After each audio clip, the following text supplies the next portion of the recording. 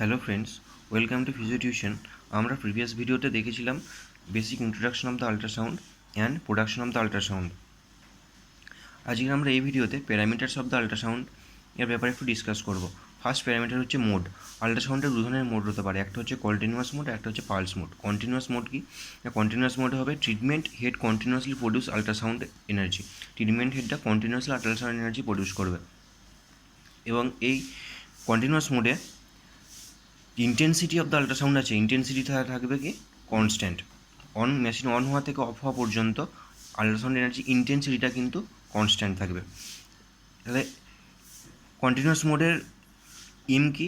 Continuous মোডের main effect হচ্ছে production of the hit, মানে thermal effect, to provide thermal effect. যে কন্ডিশনে থার্মাল এফেক্ট রিকোয়ার্ড থাকবে সেই কন্ডিশনে আমরা কন্টিনিউয়াস মোড দিতে পারি।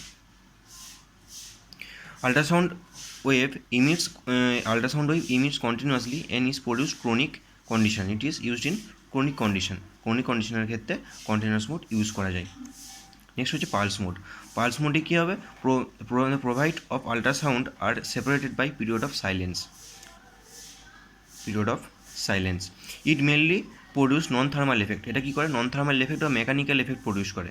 এটা কী করতে হেল্প করে না? ইনক্রিজ টিস্যু মেটাবলিজমকে ইনক্রিজ করতে সাহায্য করে। Enhance the fibres tissue extensibility such as collagen fibre and relieves the pain. অর্থাৎ পেন রিলিফেও সাহায্য করে। আমরা পরে দেখবো যে কন্টিনিউয়াস মোডও পেন রিলিফে সাহায্য করে। Some machine offer variable on time through whether this time of clinical significance has yet to be determined. ঠিক আছে, এই টাইমটাকে ভ্যারি করা যায়।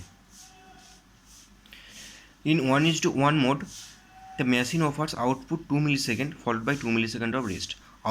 এনার্জি আউটপুট হবে 2 millisecond and 2 millisecond rest period হবে।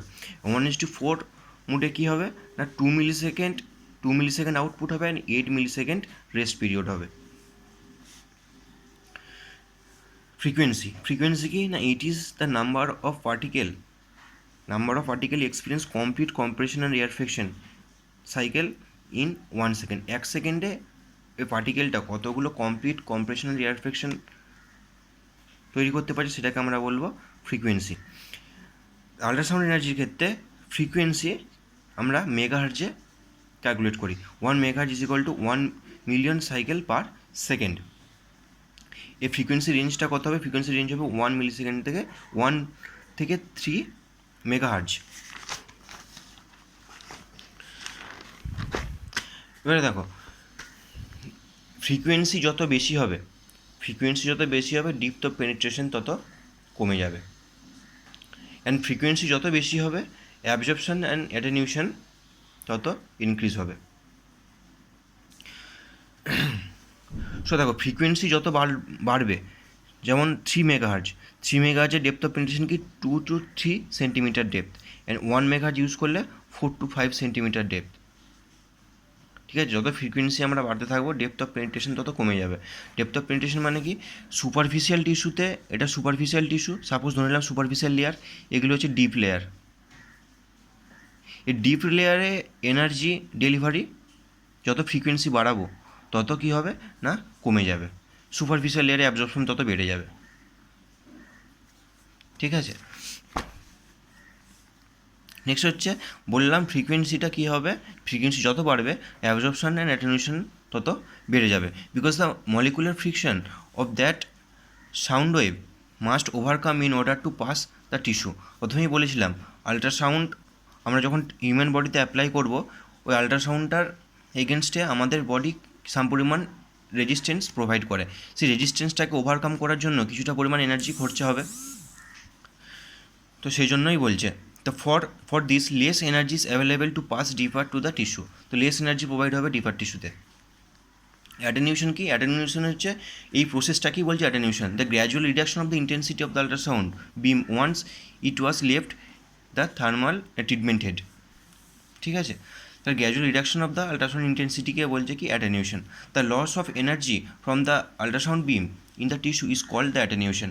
অ্যাটেনিউশন দুই ক্ষেত্রে হতে পারে, একটা হচ্ছে অ্যাবজর্পশন, একটা হচ্ছে স্ক্যাটারিং। অ্যাবজর্পশন কি না? Ultrasound is absorb by the tissue is and converted it to the heat. হিটে কনভার্ট করে দেয়, অ্যাবজর্পশন করে হিটে কনভার্ট করে দেয়।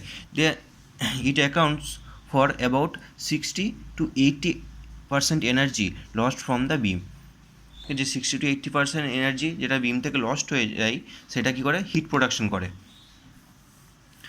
এই অ্যাবজর্পশন কার কার উপর dependent? Absorption directly proportional to the absorption coefficient, macromolecules, protein, frequency, collagen content and the viscosity. এটা মনে রাখতে হবে। অ্যাবজর্পশন যদি প্রোটিন কন্টেন্ট যদি বেড়ে যায় তাহলে অ্যাবজর্পশনের পরিমাণ বেড়ে যাবে। মাসেলে যেমন মাসেলে অ্যাবজর্পশন বাড়ে, কোলাজেন কন্টেন্ট থাকলে অ্যাবজর্পশন বেড়ে যাবে। ফ্রিকোয়েন্সি যদি বেশি হয় অ্যাবজর্পশন বেশি হবে। অ্যাবজর্পশন কোএফিসিয়েন্ট যদি বাড়ে তাহলে অ্যাবজর্পশনও রেটও বাড়বে। The absorption of ultrasound in air is 500 to 1000 time that in water. তাহলে ওয়াটারের থেকে এয়ারে অ্যাবজর্পশন হওয়ার যে রেট সেটা কিন্তু বেশি। The absorption in water is very small, hence water is a good coupling medium for the transmission of the ultrasound. আমরা প্রথমেই বললাম ওয়াটারকে বেশি আমরা ফেভার করি এয়ারের থেকে। কারণটা কি না, ওখানে অ্যাবজর্পশনের পরিমাণ এয়ারের থেকে কিন্তু কম। নেক্সট হচ্ছে স্ক্যাটারিং। স্ক্যাটারিং কি? স্ক্যাটারিং মেনলি হয় দ্য রিফ্লেকশনের জন্য, reflection at the interface such as bubble and the particle in its original path. ঠিক আছে। নেক্সট আছে পাওয়ার। পাওয়ার কি না, it is the amount of energy being produced by the transducer per unit time. Per unit টাইমে কতটা পরিমাণ energy production হচ্ছে সেটাকে আমরা বলবো পাওয়ার দিয়ে। এটাকে কি আমরা ওয়াটে মেজার করে থাকি। নেক্সট আসছি ইন্টেন্সিটি। ইন্টেন্সিটিকে strength of the ultrasonic wave is characterized by is intensity. তাহলে স্ট্রেংথ অফ দ্য আল্ট্রাসাউন্ড ওয়েভকে কি ডিটারমাইনিং ফ্যাক্টরটা কি? ডিটারমিনিং ফ্যাক্টর হচ্ছে ইন্টেন্সিটি। এবারে intensity of the ultrasound should be the based on the condition of the পেশেন্টের কীরকম condition আছে, আর থিকনেস অফ দ্য স্কিন, মানে যে পার্টটাকে আমরা ট্রিট করবো সেই ওই পার্টটার স্কিনের থিকনেস কেমন সেটার উপরে আমরা ইন্টেন্সিটিটাকে ভ্যারি করতে পারি। এবারে দু ধরনের কন্ডিশন থাকে, একটা হচ্ছে অ্যাকুট কন্ডিশন, একটা হচ্ছে ক্রনিক কন্ডিশন। যদি অ্যাকুট কন্ডিশনে থিন স্কিন থাকে, যেমন ফোরাম আর অ্যাঙ্কেলে যদি আমরা সেটাকে অ্যাপ্লাই করি তাহলে সেটা ইন্টেন্সিটি রেঞ্জটা কত হবে 0.5 থেকে 1 ওয়াট পার সেন্টিমিটার স্কোয়ার। যদি অ্যাকুট কন্ডিশন থিক স্কিন হয় যেমন থাই, সেক্ষেত্রে আমরা কত দেবো না 1 থেকে 1.5 ওয়াট পার সেন্টিমিটার স্কোয়ার। যদি ক্রনিক কন্ডিশন হয় থিন স্কিনে, সেখানে রেঞ্জ থাকবে 1 to 1.5 watt per centimetre square. আর যদি ক্রনিক কন্ডিশন আমরা থিক স্কিনে অ্যাপ্লাই করি তাহলে সেটা থাকবে 1.5 to 2 watt per centimetre square. when the ultrasound is applied using an underwater technique, যদি আমরা আন্ডার ওয়াটার টেকনিকে আল্ট্রাসাউন্ডকে অ্যাপ্লাই করি তাহলে সেক্ষেত্রে কী হবে 0.5 ওয়াট পার সেন্টিমিটার স্কোয়ারকে প্রত্যেক ক্ষেত্রে আমাদেরকে অ্যাড করে দিতে হবে, মানে বেশি পরিমাণ ইন্টেন্সিটি আমাদেরকে প্রোভাইড করতে হবে। আল্ট্রাসাউন্ড ডোজ রেঞ্জ লো ইন্টেন্সিটি কত না, লো ইন্টেন্সিটি আল্ট্রাসাউন্ড কাকে বলা হয় না, যেটার ইন্টেন্সিটি এই রেঞ্জের মধ্যে থাকবে 0.1 থেকে 0.8 watt per centimetre square. Medium intensity কত হবে না 0.8 to 1.5 watt per centimetre square. And high intensity কত বলবো না 1.5 to 3 watt per centimetre square. Next আসছি duty cycle. Duty cycle the percentage of time the ultrasound energy is being emitted from the transducer head. তাহলে এটা কি না on time, এটা pulse মোডে অ্যাকচুয়ালি যখন আমরা পালস মোড অ্যাপ্লাই করি সেক্ষেত্রে আমরা ডিউটি সাইকেলকে ক্যালকুলেট করি। সেটা কি হবে না অন টাইম যতটা পরিমাণ এনার্জি যে সময় এনার্জিটার ট্রান্সফার হচ্ছে সেই টাইমটা বাই টোটাল টাইমটা, মানে on time plus off time into 100, এটা হচ্ছে ডিউটি সাইকেলের ক্যালকুলেশন। এটা কি the ratio of the pulse length of the total ratio of the pulse length to its total length of the pulse, on time by total time, মানে on time plus off time into 100।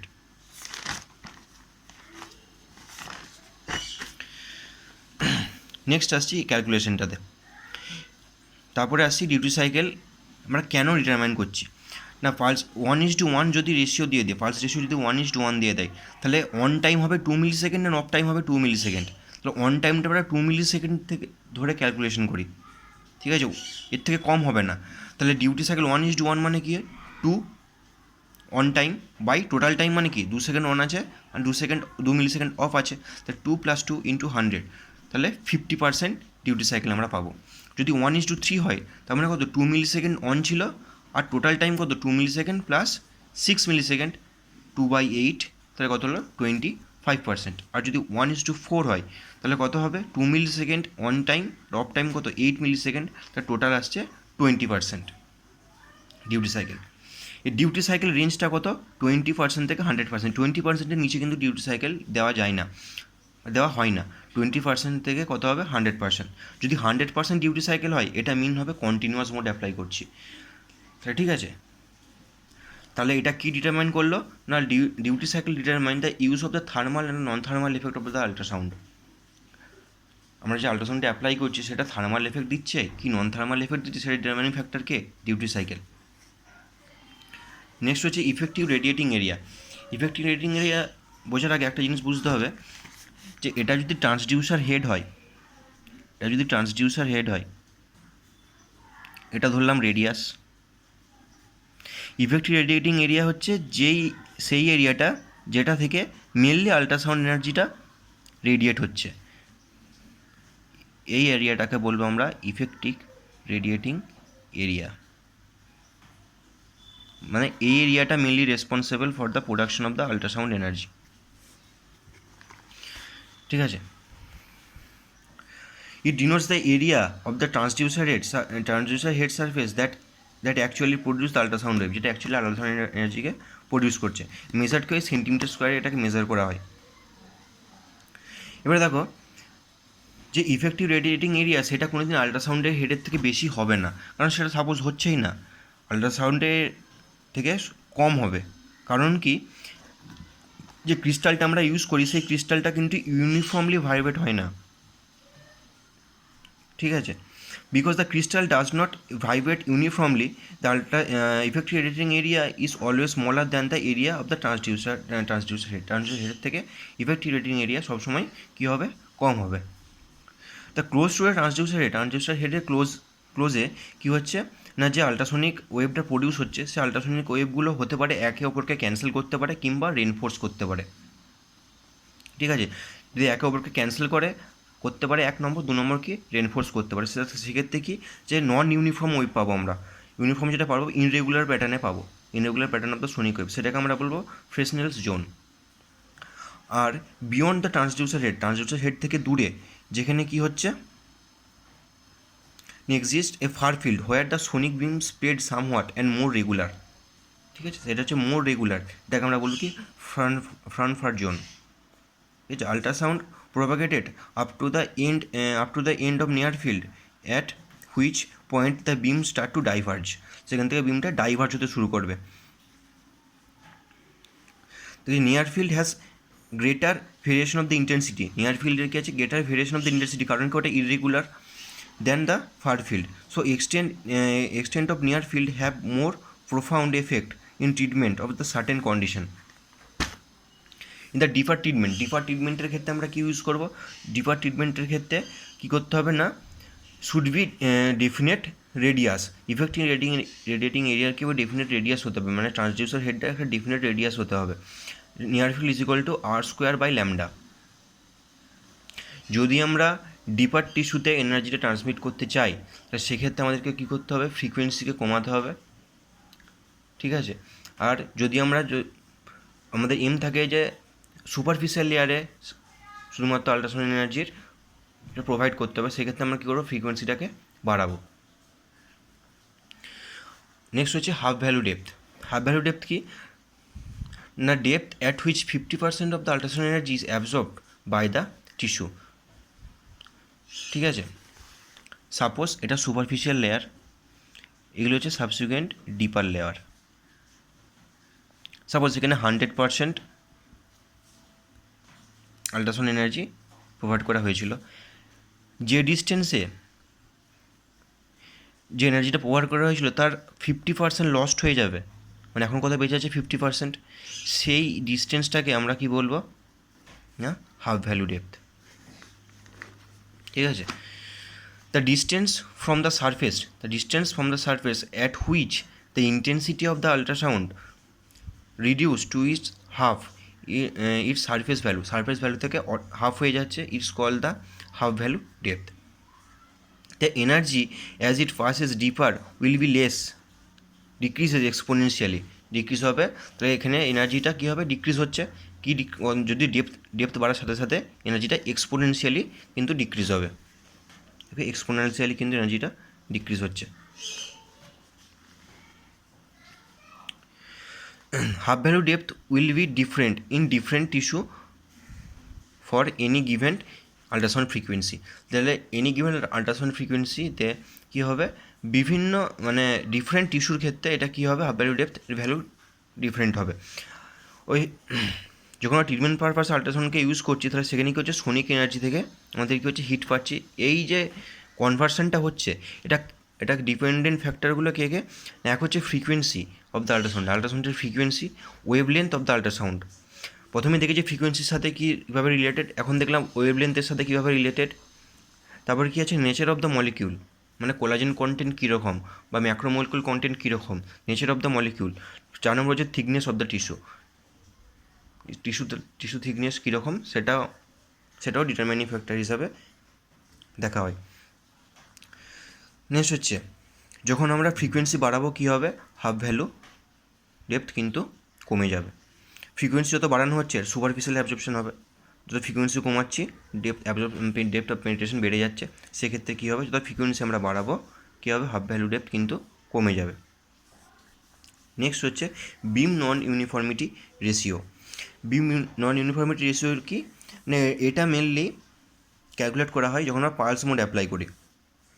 It is the ratio of the peak intensity of the ultrasound beam to the average intensity of the ultrasound beam across the effective radiating area.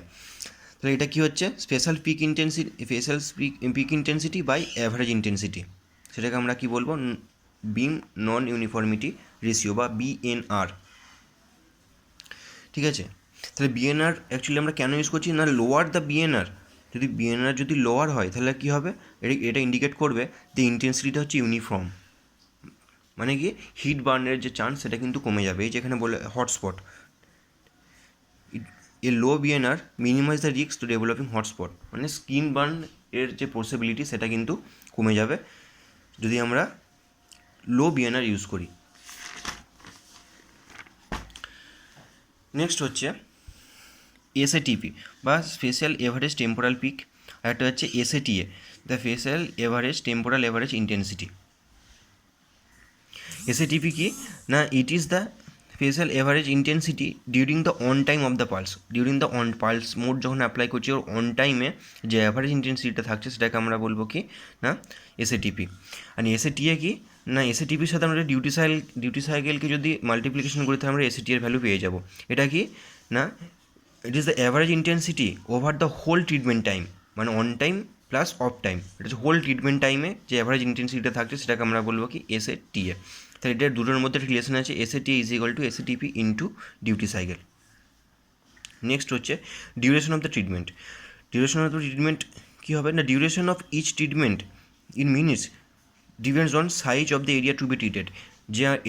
যে আমরা এরিয়াটাকে treat করব সেই এরিয়াটার size কীরকম সেটার উপরে কী হবে না, duration টাইমটা কিন্তু ভ্যারি করবে। The area should not be larger than 2 to 3 times of the transducer head. Transducer হেডের থেকে কিন্তু যে এরিয়াটাকে আমরা ট্রিট করবো সেটা খুব বেশি লার্জার হওয়া কিন্তু চলবে না। When vigorously heating effect is desired, যখন আমরা হিটিং এফেক্ট থার্মাল এফেক্ট চাইছি তখন কী করবো, that the treatment should be in range of 8 to 10 minute, মানে একটু বেশি সময় ধরে আমরা কী করব, ট্রিটমেন্টটা প্রোভাইড করব। ফ্রম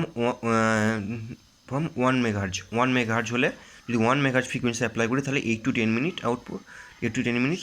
অ্যান্ড যদি 3 মেগাহার্জ আমরা আউটপুট অ্যাপ্লাই করি তাহলে আমরা কী করবো না, 3 to 4 মিনিট ধরে অ্যাপ্লাই করব। মিনিমাম ট্রিটমেন্ট টাইম কত, 1 to 2 মিনিট, ম্যাক্সিমাম হচ্ছে 10 to 12 মিনিট, অ্যাভারেজ কত 4 to 6 minute. Chronic condition the treatment time may be increase, treatment টাইমকে বাড়ানো যেতে পারে এবং সেটা দেখতে হবে পেশেন্টটির নিড কীরকম আছে। নেক্সট হচ্ছে ট্রিটমেন্ট রিপিটেশন। ফর অ্যাকুট কন্ডিশনের কী করতে গিয়ে ক্ষেত্রে কী হবে, once for twice a day, and chronic কন্ডিশনের ক্ষেত্রে ওয়ান্স ফর এ ডে, দিনে একবার।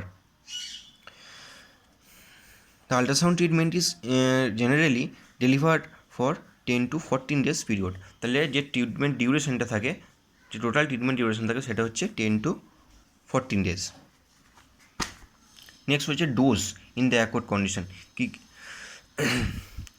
Dose in the acute condition মানে কি? অ্যাকোর্ড কন্ডিশন মানে আমাদের মনে রাখতে হবে আমাদের কী এফেক্ট চাইছি? আমরা চাইছি non thermal effect. Non thermal effect কে প্রোভাইড করে? না পালস মোড প্রোভাইড করে। ইন্টেন্সিটি কত হবে? লো ডোজ ইন্টেন্সিটি দেবো 0.5 watt per centimetre square, and treatment time কত হবে? 2 to 3 মিনিট। হচ্ছে progression of the dose is not necessary if the condition improve. পেশেন্টের যে কন্ডিশন সেটা যদি ইমপ্রুভ হয় ট্রিটমেন্ট দেওয়ার পরে, এই প্যারামিটারগুলো আমরা অ্যাপ্লাই করার পর যদি পেশেন্টের কন্ডিশন ইমপ্রুভ করে যায়, তাহলে আমাদের কী হয় না প্রোগ্রেশন অফ দ্য ডোজ আমাদের নেসেসারি নয়। সেম ডোজকে আমরা কী করবো? রিপিট করবো। When the condition is not improve then the intensity is raise to about 0.8, 0.5 apply করছিলাম, 0.5 ওয়াট পার সেন্টিমিটার অ্যাপ্লাই করছিলাম সেন্টিমিটার স্কোয়ার, এখন কী করবো 0.8 watt per centimetre square apply করে সেটাকে আমরা 4 to 6 মিনিট ধরে অ্যাপ্লাই করবো।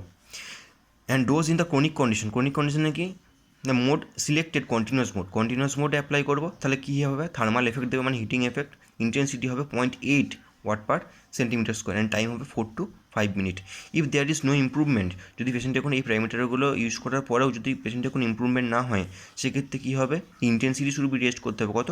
2 ওয়াট পার সেন্টিমিটার স্কোয়ারে, 0.8 থেকে 2 ওয়াট পার সেন্টিমিটার স্কোয়ারে আমরা ইন্টেন্সিটিটাকে নিয়ে যাবো, and used about 8 to 10 minute. 8 to 10 minute ধরে সেটাকে আমরা অ্যাপ্লাই করবো। So that's all for today. Next ভিডিওতে আমরা physiological effect of the ultrasound physiological effect of the আল্ট্রাসাউন্ডকে আমরা ডিসকাস করবো। তো ভিডিও যদি ভালো লেগে থাকে তাহলে লাইক করে দিও, অ্যান্ড আমাদের ফেসবুক যে পেজটা আছে ফিজিও টিউশন, ওটাতে গিয়ে ফলো করে আসতে পারো।